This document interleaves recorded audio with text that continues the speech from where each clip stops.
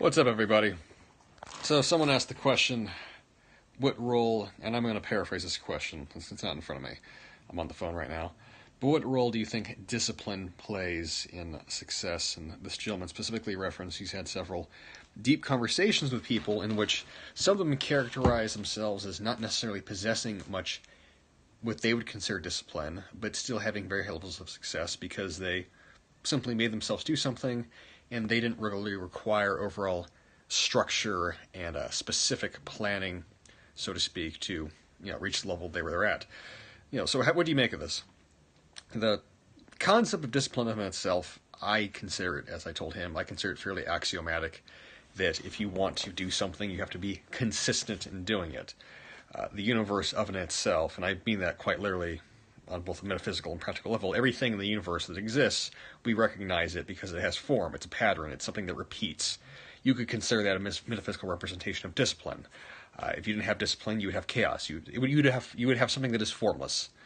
And arguably you would have void, in which nothing exists because nothing has delineation, nothing has boundaries or borders. So discipline as a virtue then, or discipline as a practice, or discipline as a question of, is it important to be disciplined? Yeah, no shit. I think rather that goes without saying. Oh my god, you look like Fabio. I like you.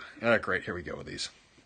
So, discipline then. If we can all concur on the fact that it is important, to what degree do you need to be disciplined? This is where it varies for people. Because we are all of different intelligences, we are all of different aptitudes, we are all different talents. So, what one person considers discipline, another person might just consider passion and enthusiasm. Speaking to this gentleman's example, we could characterize a situation where if you are very talented at something, you are very naturally inclined towards something, you discover something in your youth in which you not only like to do it, but you are good at it, you can reach a very high level of success at that thing, and this could be physical, academic, artistic. You can reach a very high level of success at that thing, and you could very likely never consider yourself to be very disciplined at it, because in your mind you're really not having to make yourself work for it. You're progressing at it simply by the sake of doing it. Again, because you have natural aptitude for it. You have the talent. And this is characterized sometimes with high performers where they miss out on the truly elite level because you have people who, because they excelled at something their entire life, they get to a stage, perhaps it's at the collegiate level, perhaps it's at the professional, pre-professional level, where suddenly their talent, they've hit the threshold, you might call it. They've hit their threshold of incompetency. Their talent will no longer sustain them in improvement, and then they're really not sure how to improve beyond that point because they've never consciously had to take the time to analyze their own processes, dissect what it is they're doing, and really just be sort of, you could say, scientific, empirical, objective about how do I get better at this beyond just showing up for it. Some people can just show up. I'm being reductionist right now, but they can just show up and they will improve simply by showing up. And obviously there is merit to the idea of, half the battle is showing up. Yes, we can use these soundbite terminologies and soundbite phrases to substitute for actual thinking, but showing up also requires doing work.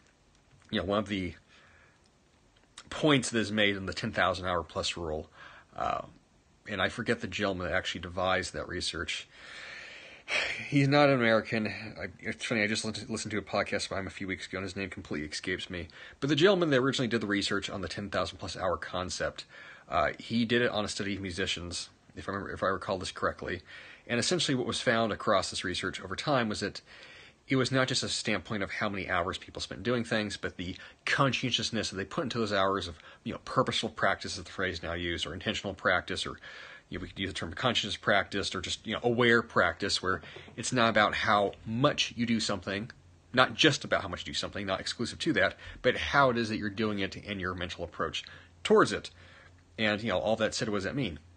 That means different people are going to require different levels of discipline, especially if you are not naturally talented at something. If you are average, if you fall into the middle of the IQ curve, if you are at IQ level 100.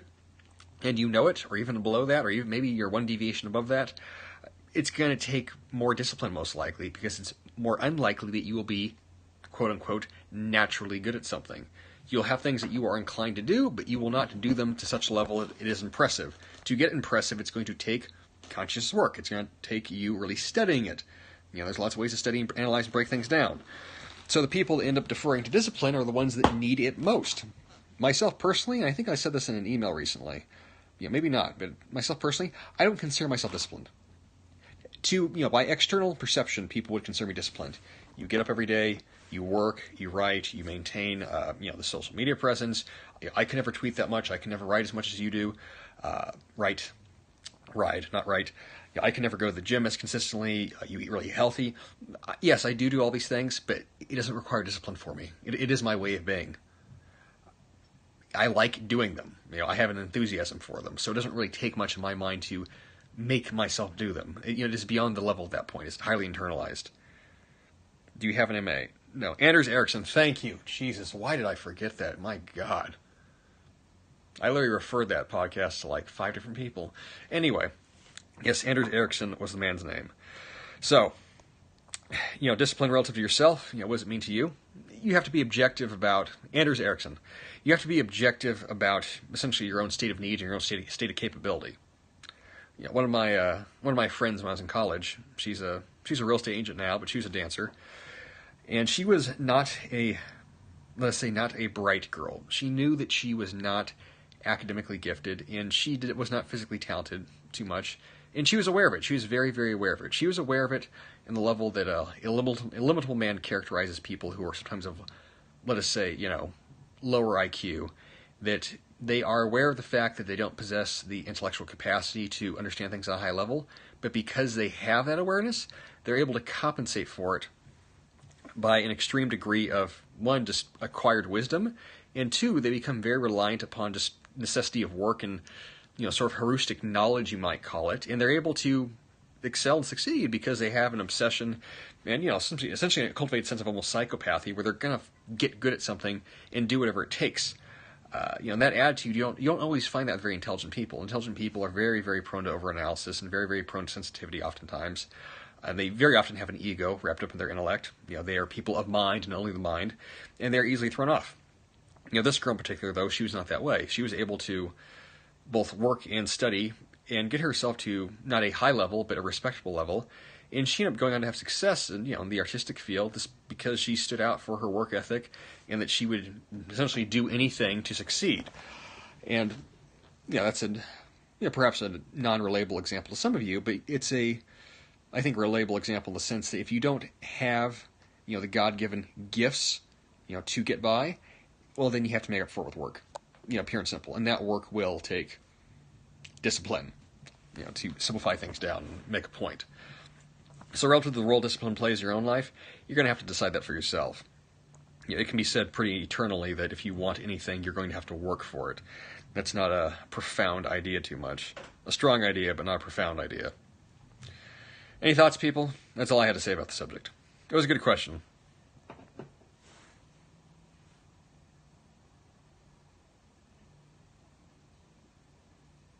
This is your time for questions now. I'll wait. If anyone asks about the hair, it's called genetics. I can spell it for you if you really want me to. Talent dissipates, but everyone searches for the most talented. Big topic in pro basketball. Talks about these subpersonalities that people have. Not sure if that's a question. Yeah, talent does dissipate at the elite level. For a professional athlete, guess what? Everybody's talented. So now you're talking about degrees of talent, and then you're talking about who works harder with their talent. That's why certain athletes, be generic. Kobe Bryant, LeBron James, hyper extreme 10+ level, god level talent, also extremely hard workers. So look what that got them. When should you decide to use more or less discipline? When does it serve? What's it going to do for you? That'd be the question I think you need to ask yourself. What is it going to do for you? I don't think that answer is too hard to come by. In conquering the subpersonalities, it's hard. It's like the subpersonalities just don't listen. Peterson refers to the fact that we are not cohesive beings, within our personalities and our psyches, and if you view psychological development as essentially a series of, let us say, subpersonality interactions and sub-beings that occupy us, over the course of time, then you can have cases where people, it can be very much one way and very much another, and those two things fall into confliction. But they only fall into confliction when they clash, and they don't always clash all the time. So then over the course of your life, you're essentially trying to manage these different aspects and elements of yourself, and they're not often in alignment.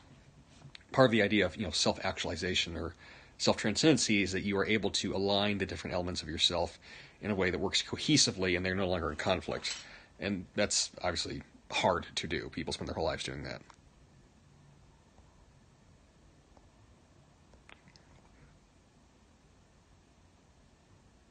What's up, Fabio? Yep, I know, people. I know you're not the first person to make that observation. Self-actualization is another huge topic. I think of self-actualization as effectivity. If someone is highly effective in what they do and sustainable in doing it, you could argue that they're actualized. You could argue it. Different people are going to have different definitions of that most likely, but I think on a certain level you can just base it upon personal success. If someone is living the life that's exactly they want to live and enjoying it, and doing so at a level that is satisfactory to them, well, they've done something right. You are one gorgeous man. My God, thank you. You listen to JRE. Who's Jerry? Unblock hippie crap. He texted me. He wants to apologize.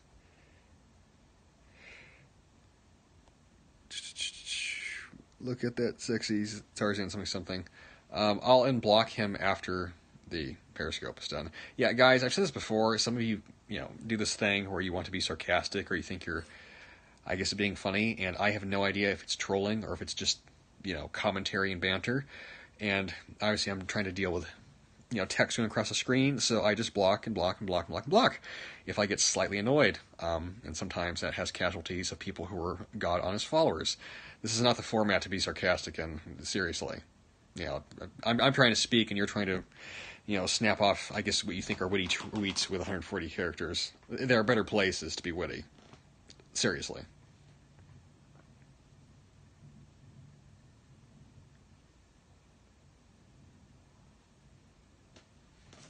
You've come across any good books recently?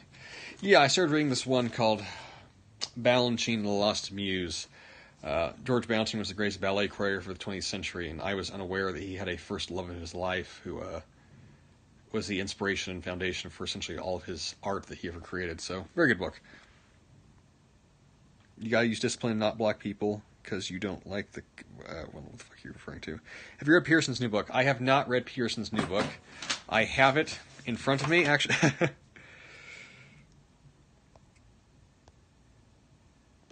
Have it in front of me. Yep, Jordan Peterson, 12 Rules for Life. I haven't opened it up yet, but I will do so tonight. Would you rank discipline a top 3 necessity for a person? I would... Would I rank it? I mean, I don't even know if it's really hierarchical at that point. Either you're disciplined or...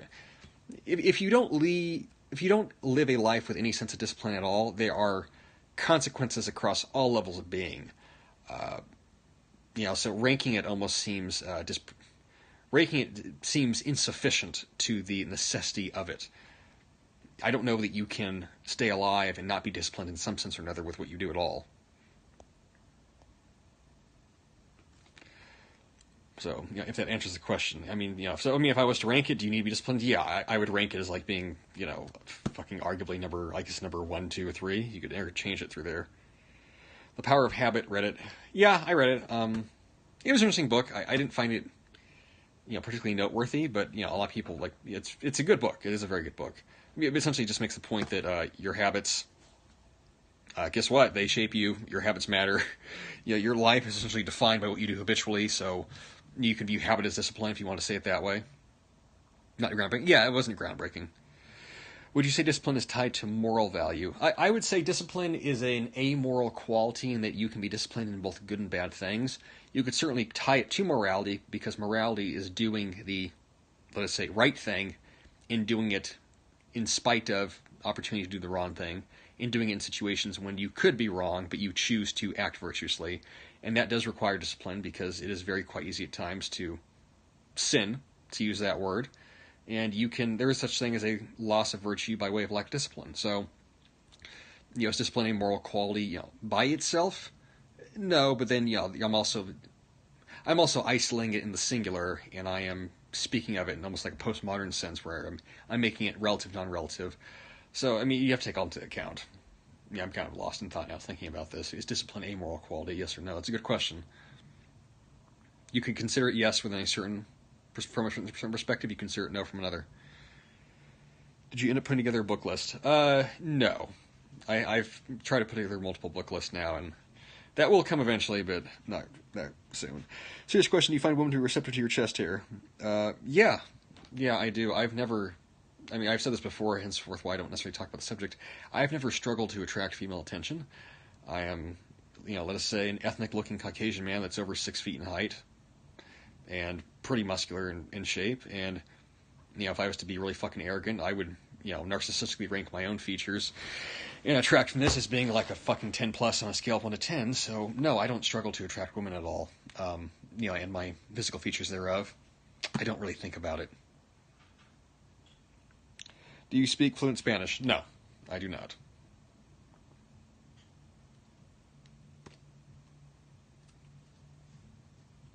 Any useful questions, people? Not that wasn't a useful question. You guys always comment on physical appearance to a somewhat disturbing degree at times. Krager. I don't know who Krager is. I know you said stay domestically speaking, be able to present to people, but where you improve yourself as a man, the easier it gets. Would you say you've always been well-spoken? Got a protein powder you would recommend? I get all of my protein from TrueNutrition.com. If you're on the email list, get on the email list, since I've made that suggestion many times.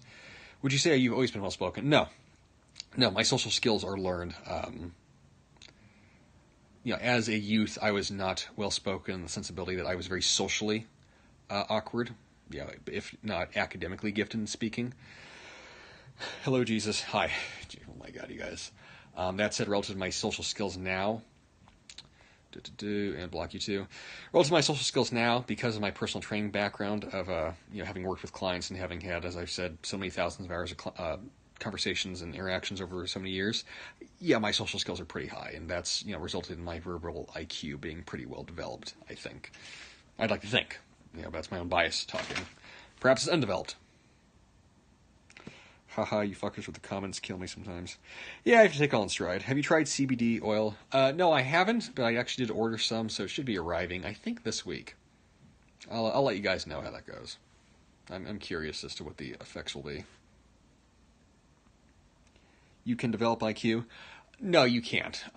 You can arguably, boost it by a few points, but that's pretty, let's just say it's genetically, neurologically, architecturally fixed.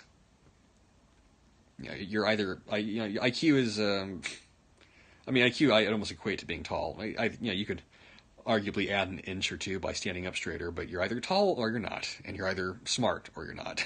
It's innate, yes. IQ is genetic. That'd be the easiest way to go about saying it.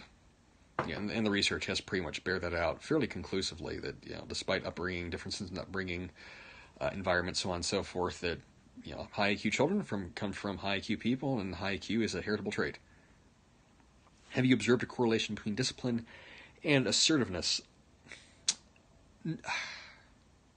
I can't say that I have, but that might be speaking. I'm speaking from a place perhaps of an experience, so I don't know if my answer would be a qualified answer in that sensibility. How should I characterize this, or how should I explain this? One can be very disciplined in what they do and not be assertive at all. So that kind of depends upon the realms of living that you occupy. I've met people that are highly disciplined, but I would not characterize them as assertive personalities, but they're very aggressive, let us say, within their real realm of discipline. If you screw with that, then they become assertive aggressive. So it's kind of it's a mixed question. I'd have to ask you to qualify that question better, since I'm not really sure if that is what you are asking. Balance is key. People say that, but I've never liked that statement. It's too blaze.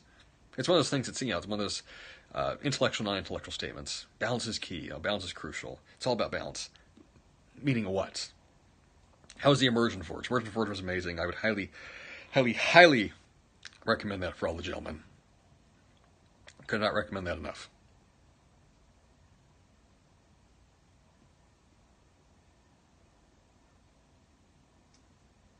Any other questions, people? Balance is the key to happiness. I don't think balance is the key to happiness at all. The key to happiness is doing essentially what makes you happy and doing it often enough that it's fulfilling. That could be highly unbalanced. You could relive your teen years. What would I change? A lot of things I might change, but then I wouldn't be who I am today. So I always find those kinds of questions kind of worthless. If you could go back and change the past, would you change it? Sure, why not? But you can't. Your eyelashes look very lustrous today. I hope this is a chick saying it. I don't know whether... Half the time I don't know whether it's girls commenting on my looks or just guys who are going bromo. Either way, it doesn't really bother me. Excitement is happiness. Where can one take an IQ test? Yeah, there are testing centers that will test that for you. There's also online tests I believe you can take that are fairly accurate if you are really compelled to do so. So, go with one of those options. Right aid? I don't know what that's in reference to, honestly.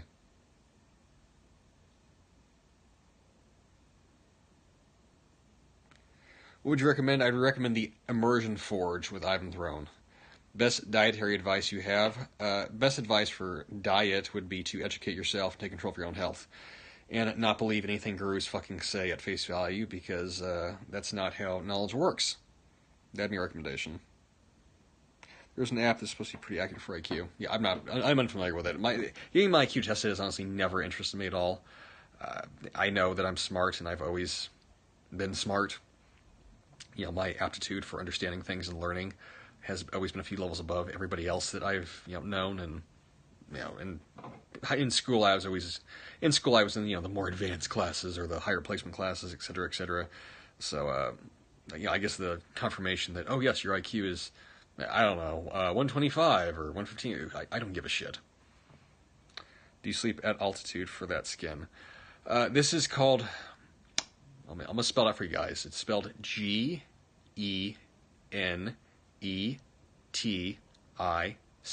That spells genetics. Genetics are this thing you get because long ago 2 people fucked each other, and then your mother got pregnant by your father's seed, and then, yes, you spelled it correctly, good job. And then your mother got pregnant by your father's seed, and the mixing and coalescing of their 2 genetic materials produced a child. And from that child came you, and your form and function and being as a child was highly shaped by their genetic material. So my skin, for example, I get from my parents, who are both very healthy, attractive people, and I don't do anything to look like this. I just do. You once had written about discipline being connected to gratitude. Yes, I did. That's a good point. Yes, I did. Yeah, discipline in that sense, that's getting, I would say, deep with it, but part of leading a disciplined life is recognizing that life is something to be grateful for in the first place. And gratitude of itself is sort of an act of recognizing the sacred, that life is finite, that you are mortal, and that if you're going to make use of that, then being disciplined in it and being disciplined with your time and maximizing the value of your being, then you have to have that if you want to practice consistency across all things. But it's taking things to another level. Do you love ice cream? I like some kinds of ice cream. What are you speaking about? I was speaking about discipline and gratitude together. Are you into metaphysics? Pretty much everything I talk about is metaphysical in some sensibility. Just ready to treat Reese Witherspoon? Yeah, I just, that came across randomly on my feed. I didn't even know Reese Witherspoon had a daughter. Yeah, I don't really pay attention to celebrities all that much. But I was just rather amazed that she has a kid that looks quite literally exactly like her. So that's a good example of genetic heritability. Do you like Ann Coulter? I think Ann Coulter serves a role that is useful.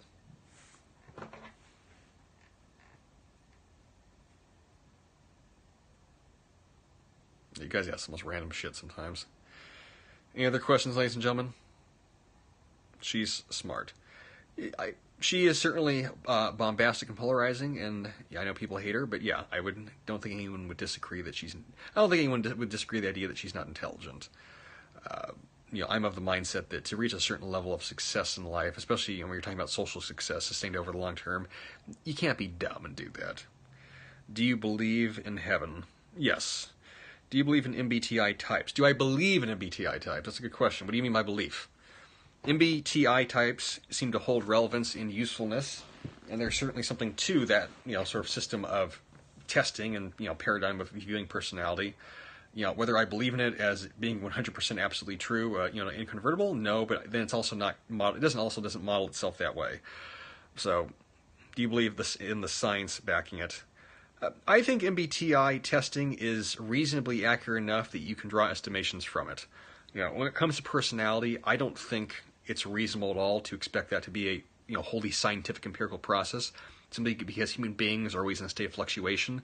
So the idea that somehow we can scientifically pinpoint personality down to, an exacting science that way, or almost of mathematical precision, that whole idea is flawed into itself. So the criticisms thereof they're leveled at where, this isn't scientific enough, and it doesn't test out fully. Nothing with personality does. Nothing with psychology does. That doesn't mean that applying an organized, cohesive, let's say, naturalistic, deductive and inductive method of thinking to these subjects is useless. I mean, obviously, psychological sciences have had their role, and I would say they've certainly helped people understand themselves better. But to expect, absolute certainty with these kinds of personality testing, that of in itself, in my mind, is an indicator of a lack of intelligence, that you would even conceptualize that is how something works in the first place. Medical science isn't even able to conceptualize, how the body fully works, and it's been studying it for thousands of years. So the idea that you're going to do it with personality, like, okay. Do you respect Mikhail Baryshnikov? Yes. Where the hell did that come from? That is a random question. Thus, Lee the Herschel Walker work on his playing days. That's one of those examples of that's really cool that an elite black athlete does that. Who gives a flying fuck? To be really fucking honest, what elite athletes do, and especially when you have elite athletes that do extremely this is going to be so redundant, extremely extreme workouts, things that are just so vastly at the margins and outliers of what would be considered normal or even sane. And it's like, oh wow, he just whatever the fuck it was, 1,000 sit-ups and 1,000 push-ups. I'm like, okay, that's complete. It's so not useful for anything at all. It's interesting, but it's not useful. I'm not into exercising, even kettlebells. Would you recommend that for a rookie? I'd recommend you unfuck yourself and get into exercise, to be completely honest. Gravity's going to fucking kill you otherwise. What are 3 things that you'd say are important to becoming more disciplined? Well, you have to have a reason to be more disciplined. So you'd have to have, let us say, you have to have purpose. So what is the thing that you're going to be disciplined in and for? You have to have purpose. You have to aim yourself at something, as JBP says. You have to have an aim. You have to have an intention. So you have to have purpose. You have to have a sense of dedication. And then you have to have a sense of cost. What is this going to cost you if you don't do it? If you lack discipline in something, will it not matter? Or will it come with a price? If you aim yourself towards something, it's meaningful to you, and not doing that thing has a price that you don't want to pay because it costs you part of yourself, well then, perhaps you'll be disciplined in it. If you don't aim yourself towards anything, you're not serious about it, and it doesn't cost you anything if you do or don't do it, well, how do you expect to maintain that? Generally, people will maintain things that are important to them that they don't want to lose. What should we do when people in the locker room pretend not to look but stare and mirror at us? I'd say I just get over it. Perhaps, be happy with the fact that they consider you admirable enough to look at. Or maybe they're being creepy. I don't know. Don't really care. You hear about Tim Ferriss getting deadlift really high in 24-hour chef. Yes, I did hear about that. Is there a question within that?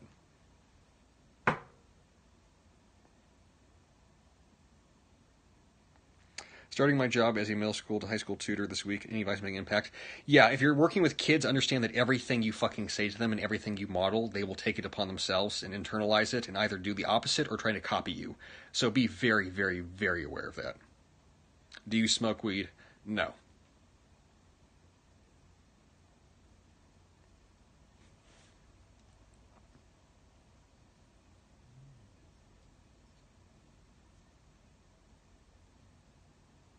My husband is watching you in bed, and I'm next to him doing the same thing. I think we are both weird.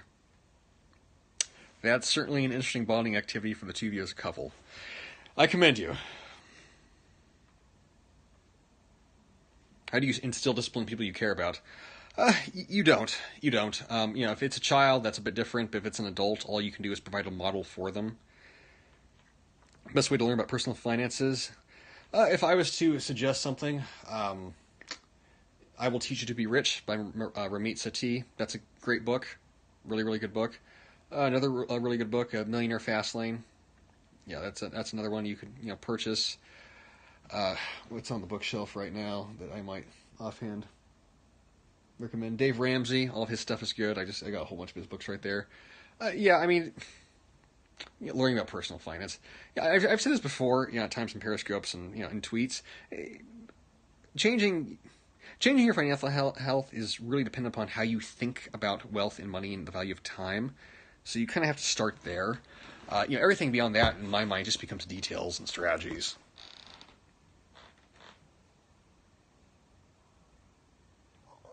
Is brown rice a staple in your diet? No, I don't like brown rice. I eat white rice.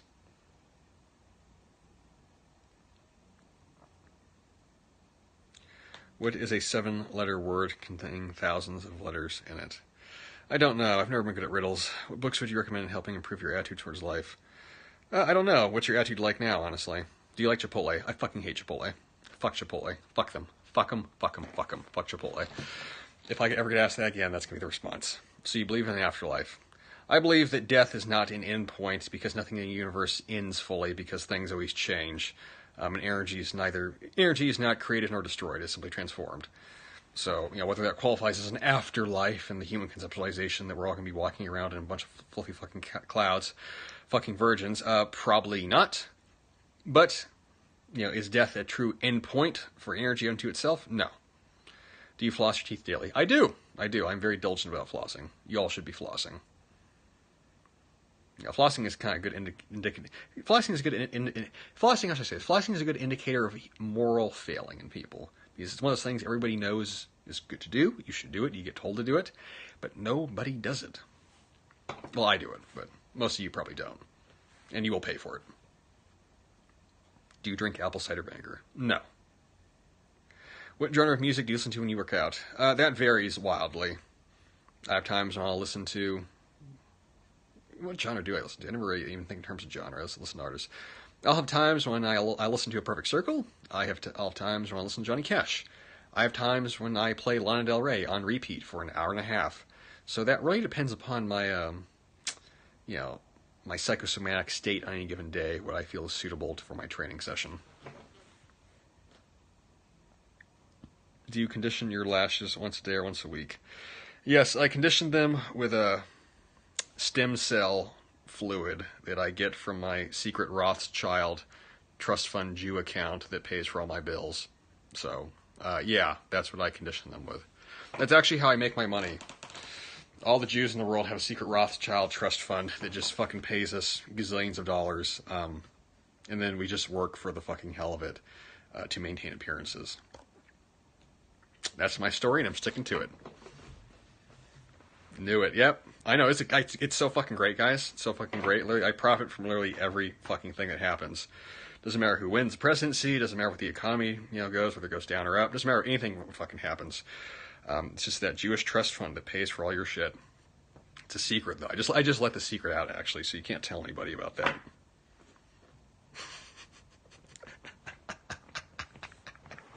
It's fucked up. I'm going to say that. That's going to start circulating on Twitter somehow, where I swear to God, it's going to be like some thing in 6 months where someone shows me some shit on Reddit that, fuck this fucking guy, he's just a fucking Jewish trust fund baby, fuck him. That's going to become a thing. That will take on mimetic power and become a thing. Jews are so lucky. We fucking are. God loves us more. Going through rough times, swimming is the only thing that alleviates symptoms. What's that mean? I'm not sure what that means. I'm not really sure what you mean by rough times. If you're referring to a health condition, something that's not enough detail. That's too vague. That's way too vague.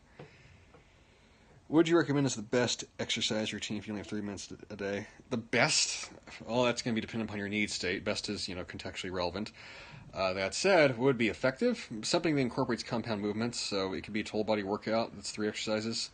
Some type of squat, some type of pull, some type of push. If you could do those 3 things in 30 minutes, maybe you get in, however many sets, 10 sets, 15 sets, 3 movements, let's say kettlebell swings, inverted rows, and push-ups, that could work.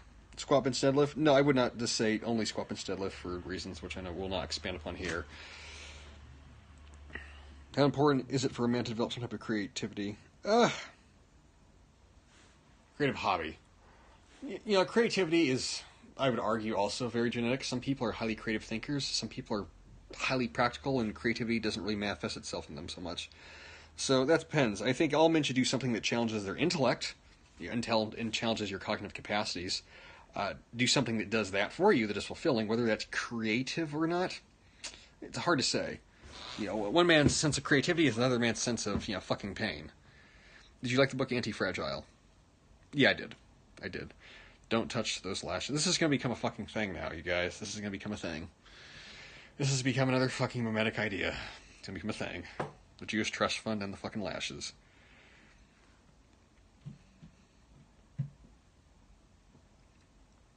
Any other questions, guys? Good questions, good questions. Not some bullshit questions. Don't ask me about Chipotle ever fucking again, I swear to God. Have you read Silent Risk? I have not. Would you recommend hyperbolic supplements for guys? What the fuck is hyperbolic supplements? Someone start the subreddit. Someone go start the fucking subreddit. Yes, one of you needs to go do that. Should we talk about the brows? If you want to. If you want to. Why do you hate Chipotle?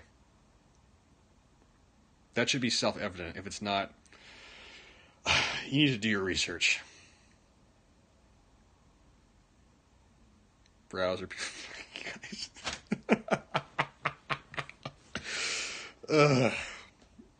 It cracks me up. You know, I start these things and it's usually like a serious subject in which I have, you know, let's say, you know, well-formed thoughts on this subject that resonates with me, and then it just devolves into fucking with sheer fuckery.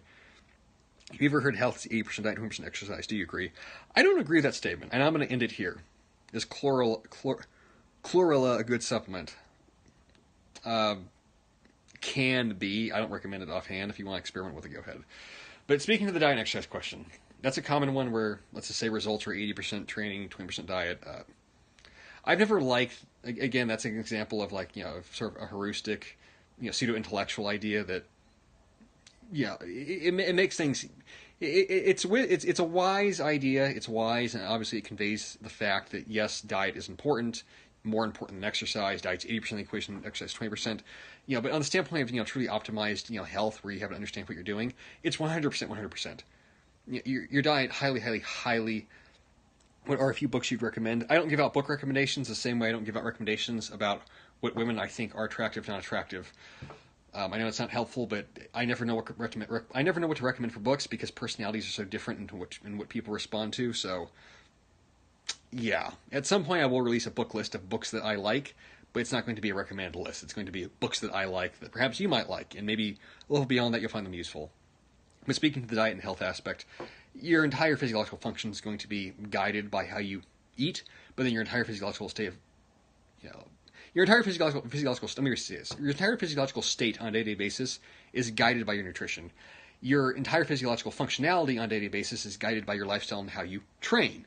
So I find it unwise to assign hierarchical percentages to those things as one being more important than the other.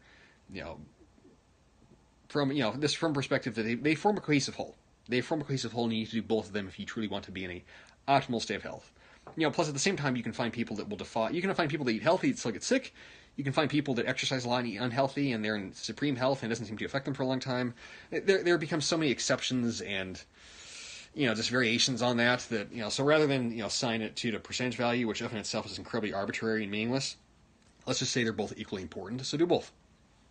I think that's a useful way to think about it. All right, good talk, guys. Good talk. I'm going to go get back to, I'm going to go see how much money I'm getting from my Jewish Trust Fund right now. So, I'll talk to you all again. Adios.